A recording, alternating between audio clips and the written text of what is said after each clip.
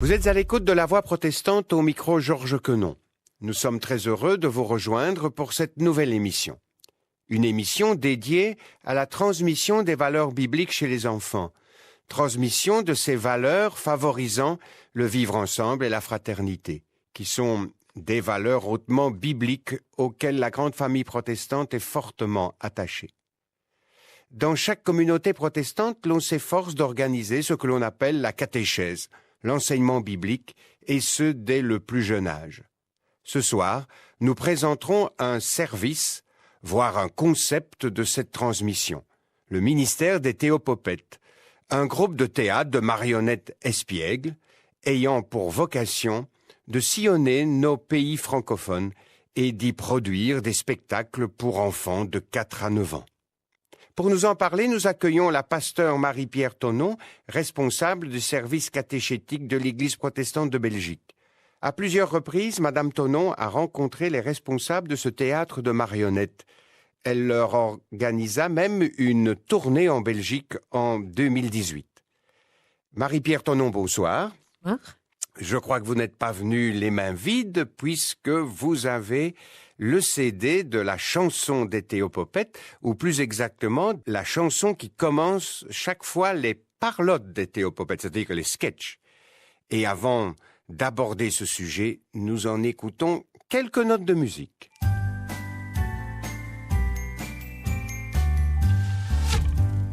Théopopettes, 6 points et Fourmix.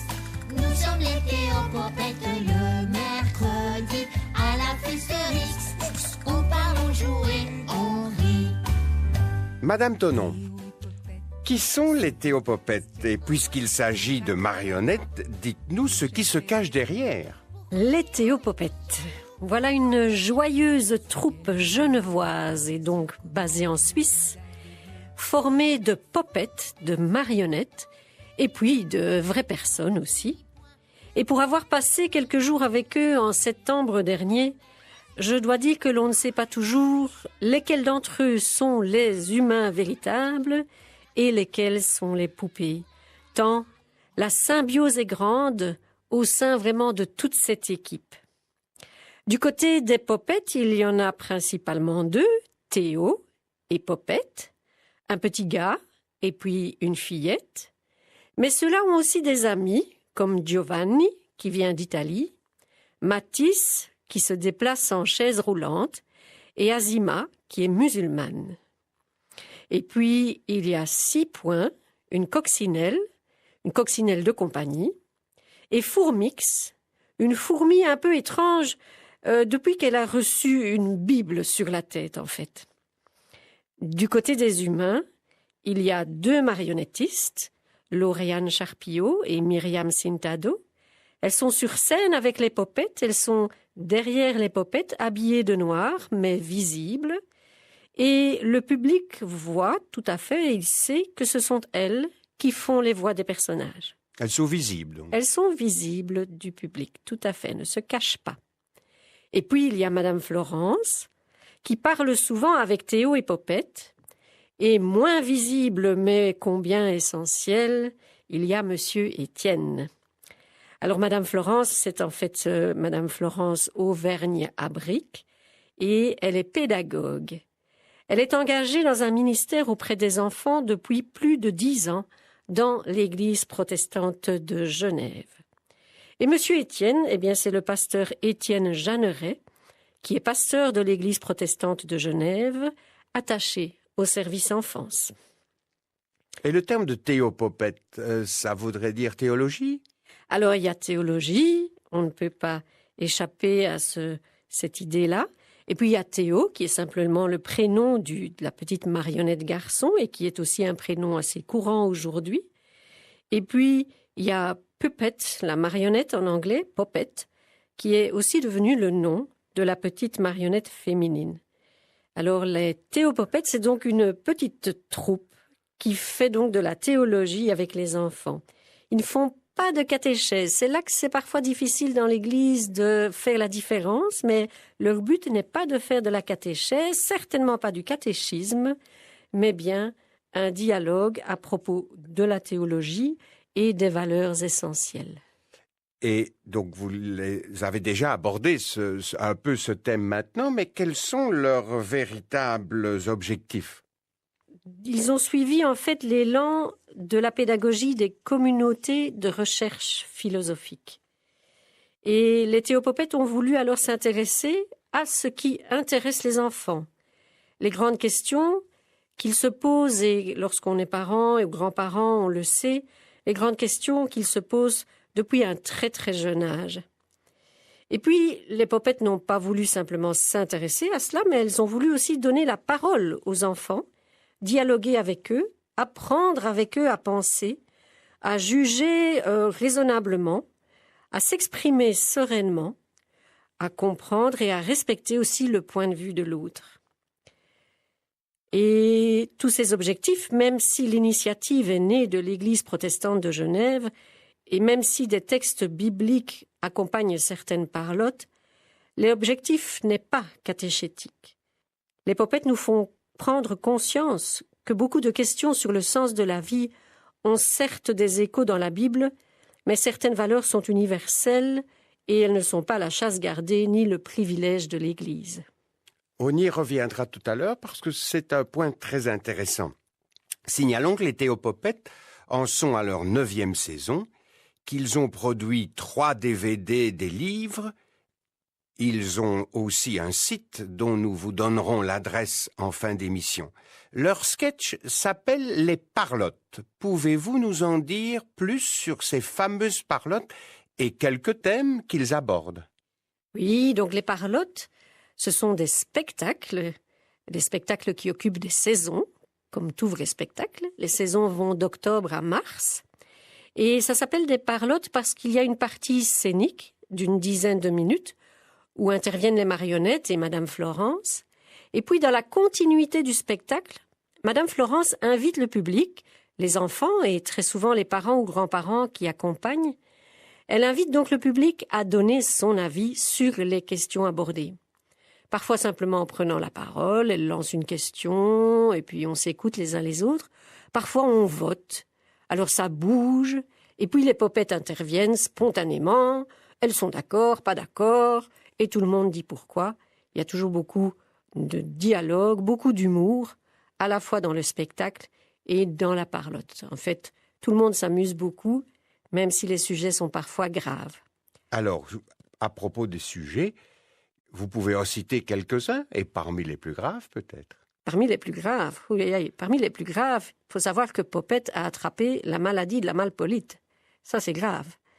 Mais il y a aussi des sujets plus sérieux à nos yeux d'adultes, mais il y a aussi des sujets plus sérieux à nos yeux d'adultes lorsque la mort est évoquée avec ce titre « La mort, c'est pour longtemps ». Et puis, il y a la maladie d'une manière générale, le cancer d'une manière plus particulière, la jalousie, le handicap. Il y a une quarantaine de thèmes, en fait, disponibles. Dieu, tu es comment? Pourquoi faut-il obéir? Donc il y a certains thèmes plus théologiques et d'autres plus généraux. Certains thèmes ont été commandés, par exemple, le thème de Monsieur Luther, commandé en 2017, bien sûr. Et pour l'anniversaire des 70 ans du Conseil œcuménique des Églises, eh bien, une parlotte a aussi été demandée. Ainsi, les théopopettes sont en Suisse des artistes incontournables. Alors, si vous voulez bien, on va les écouter maintenant dans une parlotte un peu grave. C'est plutôt un extrait d'une parlotte sur la mort. Vous venez d'en parler d'ailleurs. La mort, c'est pour longtemps. Mais juste avant d'écouter cet extrait, nous avons posé la question à Madame Florence Auvergne-Abric, pédagogue et auteur de ces parlottes, lors de son dernier passage en Belgique. Pourquoi aborder des sujets comme la mort pour des si petits enfants? Souvent, les adultes pensent que les tout-petits n'ont pas les capacités ou bien sont empruntés face aux questions des tout-petits. Par exemple, la grande question de la mort, qui surgit très très vite dans la vie d'un enfant, oui, parce qu'il est confronté à la mort d'un animal de compagnie, et puis malheureusement souvent aussi à la mort de quelqu'un de sa propre famille. Et souvent, les parents sont complètement démunis. Alors, quand ça se passe, ils sont envahis par leurs propres émotions, ils n'ont pas les mots, ils ne trouvent pas les vecteurs pour trouver comment répondre aux questions des petits. Et vraiment, là, c'est une des fonctions, justement, des théopopettes, de dire, mais on les encourage, parler de cela à vos enfants avant, on dit, j'aime bien dire, parler de la mort aux enfants avant que la mort ne fasse parler d'elle. C'est important de mettre des mots sur ceci et les enfants en sont capables si on les prend au sérieux. Mais en vrai, Madame Florence, la mamie de Théo, elle est où maintenant? En fait, on va où quand on est mort? Personne ne le sait exactement, Popette. Et c'est pourquoi on a tous peur de ce moment. C'est comme si on devait pousser une grande porte sans savoir ce qu'il y a de l'autre côté. Oh, mon papy, quand on regarde les étoiles, il me montre une là-haut qui brille très fort. Et puis il me dit, tu vois Théo, là-haut, cette étoile qui brille plus que les autres? Eh ben c'est ta mamie. Oui, c'est une manière de te dire qu'il lui a donné beaucoup de lumière et qu'elle lui en donne encore. Moi, je parle d'une porte, ton papy parle d'une étoile. Ouais. Ce sont deux images pour parler de la même chose. Il n'y a pas vraiment une porte, il n'y a pas vraiment une nouvelle étoile. Mais comme c'est mystérieux, on essaie de trouver des mots qui racontent ce mystère. Tu sais, Madame Florence, mon papy, il dit que ma mamie, elle est avec Dieu. Tout le monde y pense comme ça. Non, Théo. Certains croient comme ton papy que derrière la porte, il y a Dieu, un Dieu plus fort que la mort. Et puis d'autres disent qu'ils ne savent pas s'il y a quelque chose ou rien. Et puis d'autres encore croient que lorsqu'on meurt, notre âme va s'installer dans un autre corps, un animal ou un humain qui va naître. C'était un extrait du DVD Les Parlottes des Théopopettes, saison 3. Alors, les théopopettes ont un public varié. Ils se rendent dans les écoles, dans les salles de spectacle et bien sûr dans les églises. Dites-nous comment les rejoindre et comment découvrir tout ce matériel mis à la disposition de tous. Alors, les vrais popettes et la vraie Madame Florence et le vrai Monsieur Étienne sont à Genève. Donc, il ne faut pas hésiter à aller jusqu'à Genève. Mais autrement, Internet nous documente pas mal. Ils ont un site, le site des Théopopettes. Alors, on a www.théopopette en un seul mot, au pluriel et sans accent, .ch pour la Suisse. www.théopopette.ch. Vous verrez sur le site que Madame Florence et les Popettes se sont emparés du réseau de transport en commun genevois pour faire la promotion de leurs chansons. Il y a aussi 3 DVD de 10 épisodes chacun qui peuvent être utilisés comme une vraie parlotte. Ils sont disponibles dans les librairies bibliques.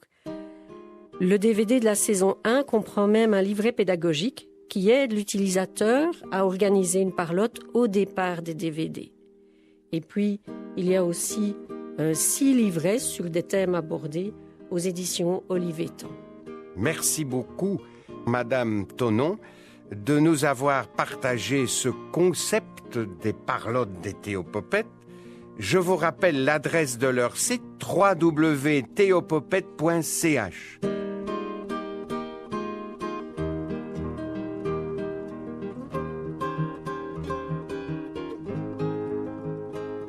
Vous pouvez également entrer en dialogue avec nous, soit en nous écrivant à la radio-télévision protestante rue Brognier 44 à 1070 Bruxelles, soit en consultant notre site www.aprt.be. C'était La Voix protestante. Je vous souhaite une très belle soirée sur la première et à samedi prochain.